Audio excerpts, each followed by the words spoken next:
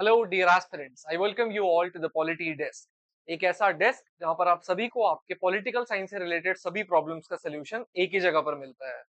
तो चलिए स्टार्ट करते हैं हम अपना lecture second in PSIR simplified series, जिसमें कि हमने स्टार्ट किया था introduction to western political thought. Western political thought का इंट्रोडक्शन का सेकंड पार्ट है ये, जिस पार्ट में हम बात करने जा रहे हैं क्लासिक्स के बारे में। और क्लासिक्स को पहले जानेंगे कि क्लासिक्स होता क्या है, कुछ एग्जाम्पल्स से समझेंगे कि क्लासिक्स क्या होता है, और उसके बाद हम ये देखेंगे कि क्लासिक्स को पढ़ा कैसे जाता है। क्लासिक्स को पढ़ने के जो तीन मेजर अप्रोचेस हैं, जो कि first is textualist approach, then contextualist approach and then interpretive approach. इन तीनों अप्रोचेस को समझेंगे और ये समझेंगे कि क्लासिक्स को बेसिकली जो स्कॉलर्स पढ़ते हैं और पढ़ के जो आप सभी के सामने जो चीजें उन्होंने समझी, उनको जो चीजें पता लगी, वो रखते हैं अपनी किताबों के फॉर्म में। फॉर एग्जाम्पल एक बहुत बढ़िया किताब है जो कि यूपीएससी एस्पिरेंट्स फॉलो भी करते हैं, सुब्रत मुखर्जी, प्लेटो टू मार्क्स। तो वो क्या है कि जो स्कॉलर्स जो लिखते हैं उन किताबों को, वो पहले उन क्लासिक्स को पढ़ते हैं, जो क्लासिक्स एक्चुअली स्कॉलर्स ने अपने हाथों से लिखी थी। उन क्लासिक्स को पढ़ने के तरीकों को हम डिस्कस करने जा रहे हैं इस लेक्चर सीरीज में। चलिए स्टार्ट करते हैं। So importance of the classical tradition in western political thought, इसका क्या इंपॉर्टेंस है? तो बेसिकली वेस्टर्न पॉलिटिकल थॉट्स में क्या होता है कि the classics of the western political thought are the foundation text. जो वेस्टर्न पॉलिटिकल थॉट जो हम पढ़ते हैं, जो कि यूपीएससी पीएसआईआर का एक बहुत अहम सिलेबस है पेपर वन का, तो उसमें क्लासिक्स जो है वो एक फाउंडेशनल टेक्स्ट की तरह काम करता है for whole of the tradition of western political thought. तो वेस्टर्न पॉलिटिकल थॉट का फाउंडेशन किस चीज पर बेस्ड है? वो उन क्लासिक्स पर बेस्ड है जिनको हम देखने जा रहे हैं। देखो ऐसा होता है कि क्लासिक्स वो टेक्स्ट होते हैं जो स्कॉलर्स के द्वारा लिखे गए हैं, जो बहुत बड़े बड़े महान थिंकर्स के द्वारा लिखे गए हैं, जो हमारी आज की understanding about the government, about the politics, about what is justice, liberty, equality, उन अंडरस्टैंडिंग्स को शेप करते हैं। ये वो टेक्स्ट होते हैं जो हमारी समझ को शेप करते हैं। ना चाहते हुए भी हम आज जो सोच रहे हैं, हमारे आज के जो विचार हैं, those thoughts are deeply influenced by these classics. देखते हैं इसमें क्या होता है कि क्लासिक्स बेसिकली वो टेक्स्ट होते हैं, उनको क्लासिक्स कहा ही इसलिए जाता है because they address the timeless questions. जैसे अगर हम बात करें इंडिया में एंशियंट टाइम से लेके आज तक, बौद्ध धर्म से लेके आज तक, ठीक है, अगर हम बात करें वेस्टर्न ट्रेडिशन में एंशियंट ग्रीस ट्रेडिशन से लेकर के यूरोपियन और अमेरिकन ट्रेडिशन तक हम अगर बात करें, तो कुछ पर्टिकुलर क्वेश्चंस हैं जिनका आंसर आज तक हमें नहीं मिला है, ठीक है, जिसके आंसर को आज तक भी स्कॉलर्स अपने आप में डिबेट करते हैं और उस आंसर तक पहुंचने की कोशिश करते हैं। जैसे for example what is justice? Justice क्या है, क्या सही है, क्या गलत है? ठीक है, प्लेटो ने अपनी किताब में बेसिकली डायलेक्टिकल फॉर्म में लिखा, बहुत कुछ ट्राई किया लिखने का, लेकिन वो फिर भी लास्ट में जो है वो इस एक प्रॉपर फाइनल कंक्लूजन तक नहीं आ पाए। उन्होंने एक आइडियल स्टेट दिया, ठीक है, communism of wife and property दिया कि भाई आप आइडियल स्टेट को अपनाओ तो जस्टिस होगा, लेकिन वो भी फिर डिबेट किया जाता है। कार्ल पॉपर ने बहुत ज्यादा क्रिटिसाइज किया उनकी बातों को, ठीक है। तो उधर वहां से लेकर के, और अगर हम आज तक की बात करें, even like scholars like Karl Marx, Hannah Arendt, तो आज तक भी जो है वो जस्टिस का आंसर नहीं मिल पाया है कि जस्टिस एक्चुअली होता क्या है। तो ऐसे क्वेश्चंस क्योंकि टाइमलेस क्वेश्चंस हैं, उनके बारे में जो क्लासिकल टेक्स्ट वो होते हैं जो ऐसे टाइमलेस क्वेश्चंस का आंसर करते हैं या करने की कोशिश करते हैं। या तो कर पाते हैं आंसर, और नहीं भी कर पाते तो at least they attempt to answer those questions. Second is offer systematic and coherent theories. ऐसा होता है कि जो क्लासिक्स होते हैं वो क्या करते हैं, सिस्टमैटिक तरीके से जो थ्योरीज है, वो किसी भी चीज पर कोई थ्योरी देते हैं। For example Plato's theory of justice, ठीक है, बेंथमाइट प्रिंसिपल ऑफ यूटिलिटेरियनिज्म, ठीक है, Karl Marx principle of historical materialism. तो ऐसे कुछ चीजें होती हैं जो बेसिकली थ्योरेटाइज फॉर्म में, ठीक है, उनको थ्योरेटिकल फॉर्म में एक अरेंज करके और आपके सामने पेश करते हैं, ठीक है। Third is respond to historical crisis, ठीक है, जैसे पेलोपोनेशियन वॉर हुई, ठीक है, एथेंस डाउनफॉल हुआ, तो प्लेटो आए और उन्होंने जो है अपनी थ्योरी दी कि नहीं भाई ये प्रॉब्लम यहाँ पर है, इसको हटाओ, इसको दूर करो, ठीक है। इंग्लिश सिविल वॉर चल रही थी, ठीक है, तो वहां पर जो है आते हैं आपके हॉब्स, ठीक है, ग्लोरियस रेवोल्यूशन चल रही थी, तो वहां पर जो है मिल। तो ऐसे बेसिकली इन्होंने क्या किया सबने, कि इन्होंने उस समय के जो हिस्टोरिकल क्राइसिस जो चल रहे थे उस समय में, उन हिस्टोरिकल क्राइसिस का जवाब देने की कोशिश की है। ठीक है, जो जिन टेक्स्ट में उन्होंने उन हिस्टोरिकल क्राइसिस की जवाब देने की कोशिश की है, वही हम आज उन्हीं टेक्स्ट को इन फॉर्म ऑफ क्लासिक्स पढ़ते हैं। ठीक है, तो ये तीन बेसिकली मेजर कैरेक्टरिस्टिक फीचर्स हैं क्लासिक्स के। ठीक है, क्लासिक्स इन तीन चीजों को करने की कोशिश करते हैं। अगर हम बात करें फॉर एग्जांपल प्लेटो, प्लेटो ने दी रिपब्लिक, रिपब्लिक में ये डिस्कस करते हैं ideal state, justice, philosopher king के बारे में। तो ये ऐसा, इसको क्लासिक क्यों माना जाता है? इसको क्लासिक इसलिए माना जाता है क्योंकि इसमें फर्स्ट टाइम पॉलिटिकल फिलोसफी के बारे में बात की गई थी। इसमें ये नहीं बात की गई थी कि क्या हो रहा है, इसमें बात की गई थी क्या होना चाहिए। इसमें ये नहीं बात की गई थी कि स्टेट जो है वो कैसे ऑर्गेनाइज्ड है। इसमें फर्स्ट टाइम ये बात की गई थी कि स्टेट कैसे ऑर्गेनाइज्ड होना चाहिए।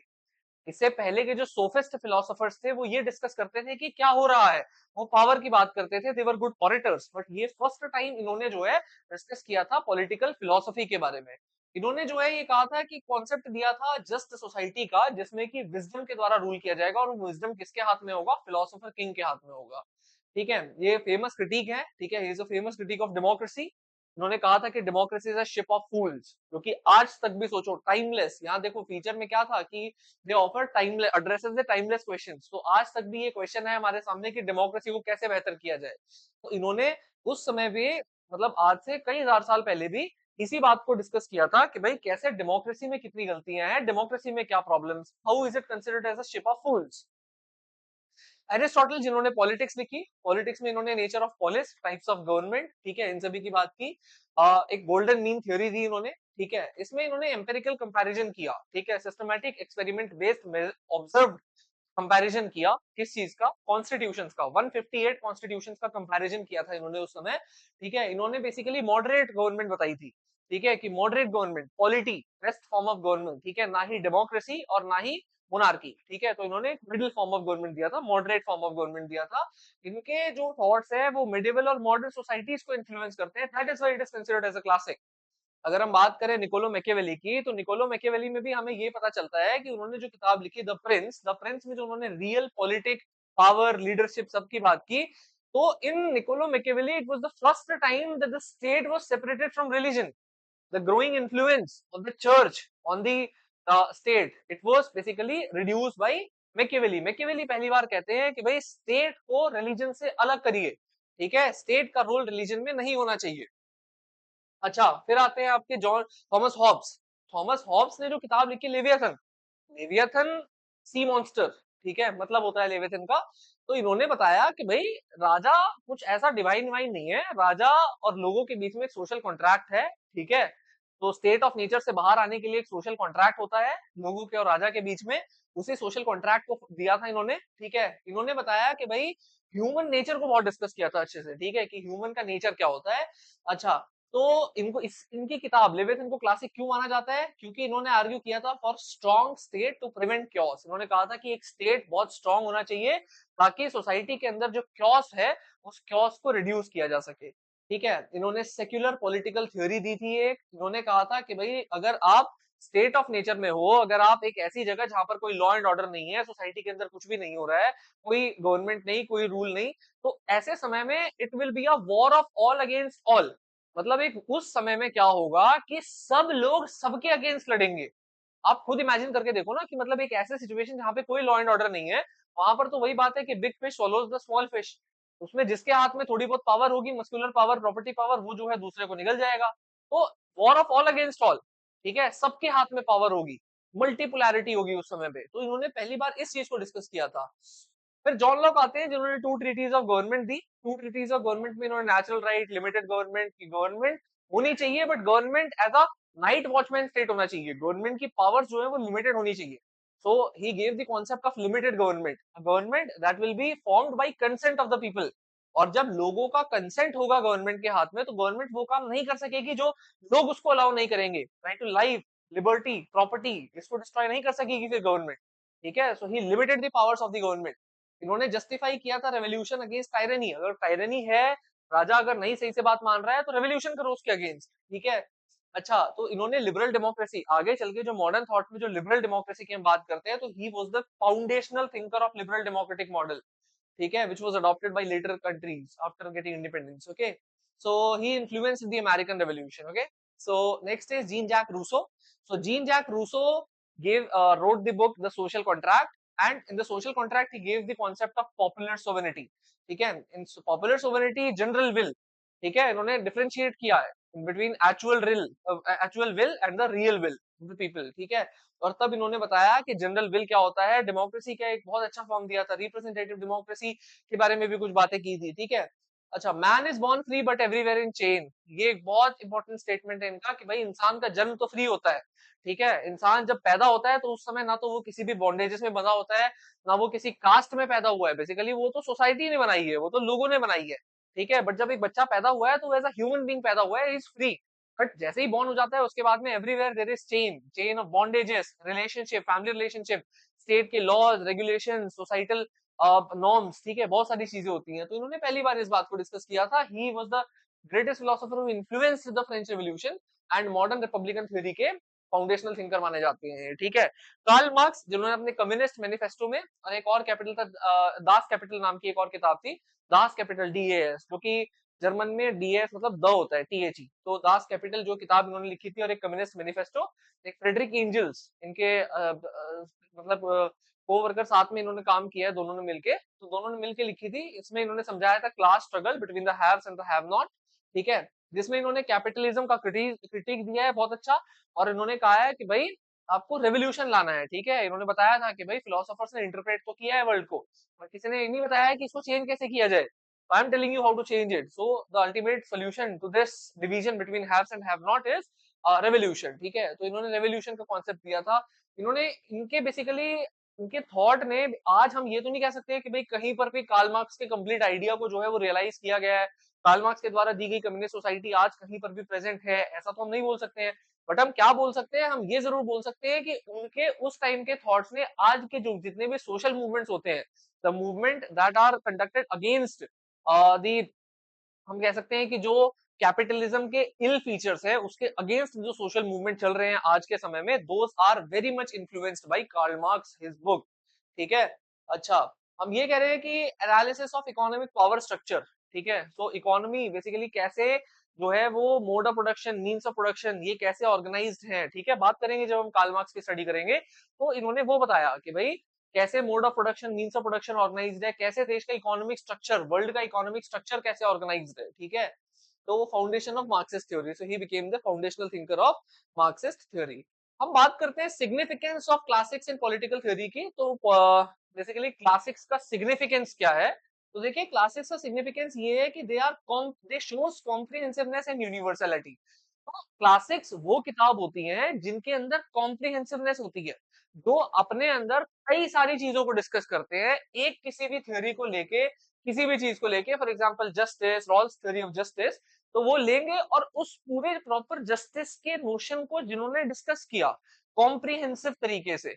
यूनिवर्सैलिटी, तो यूनिवर्सल मतलब वो उस समय भी रेलिवेंट थे और वो आज भी रेलिवेंट है, ठीक है। तो they are both of local and universal political issue. तो वो उन्होंने तो डिस्कस किया था अपने वहां का इशू, अपनी जगह का लोकल इशू, बट वो इशू केवल लोकल नहीं होता है, वो इशू जो है वो सबके लिए रेलेवेंट होता है, ठीक है, बाकी भी आगे के टाइम के लिए भी रेलेवेंट होता है।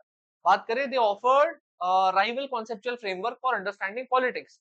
तो आज अगर मान के चलो कोई एक सिस्टम है, उसका एक राइवल सिस्टम देते हैं ये, ठीक है, पॉलिटिक्स को समझने के लिए। इनमें मेजर थीम्स होती है, जैसे they make people understand about human nature, they make people understand about the rational motivation, ठीक है, कि किस चीज से मोटिवेशन आती है, ओरिजिन क्या है सोसाइटी का, सोसाइटी का पर्पस क्या है, हम जिस सोसाइटी में रह रहे हैं उसका ऑर्गेनाइजेशन जो है उसके पीछे का पर्पस क्या है, ठीक है। तो nature, function and organization of political authority, political authority जो है वो किस तरीके से ऑर्गेनाइज्ड है, कैसे काम करती है, अथॉरिटी जो है वो उसका सोर्स ऑफ अथॉरिटी क्या है, क्या divine origin source of authority है या फिर सोशल कॉन्ट्रैक्ट है, ठीक है।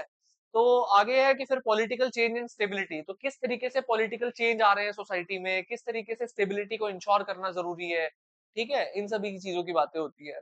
फिर टाइमिंग्स ऑफ क्लासिक्स, तो क्लासिक्स की टाइमिंग्स क्या होती है, तो ये बेसिकली क्लासिक्स यूजुअली उसी दौरान लिखी जाती है जिस समय स्टेट में क्राइसिस चल रहा होता है, जिस समय स्टेट में बहुत ज्यादा जो है वो फ्रैगमेंटेड स्टेट होता है, जिस समय कोई ना कोई या तो रेवोल्यूशन चल रही होती है या स्टेट ऑफ डाउनफॉल चल रहा होता है, तो ये उसी समय पे लिखी जाती है क्लासिक्स, ठीक है।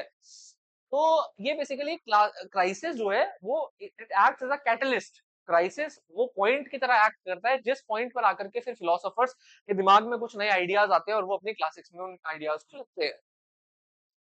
अच्छा, टेक्स्ट एंड कॉन्टेक्स्ट। तो टेक्स्ट एंड कॉन्टेक्स्ट की अगर हम बात करें, इसमें कुछ एरर है, एक्चुअली प्रेडिक्शन 2 बार लिख दिया गया है। तो टेक्स्ट एंड कॉन्टेक्स्ट की अगर हम बात करें तो टेक्स्ट एंड कॉन्टेक्स्ट में ये है कि भाई जो पॉलिटिकल थ्योरीज है, तो political theories are basically a part of politics. ठीक है, जिन भी हम पॉलिटिकल थ्योरीज की बात करते हैं तो जो एक क्लासिक्स के अंदर जो पॉलिटिकल थ्योरीज लिखी गई हैं, दे letter becomes the part of the politics. ठीक है, तो ये एक्चुअली रिफ्लेक्ट करती है सोशल रियलिटीज को कि सोसाइटी में एक्चुअली रियलिटी है क्या।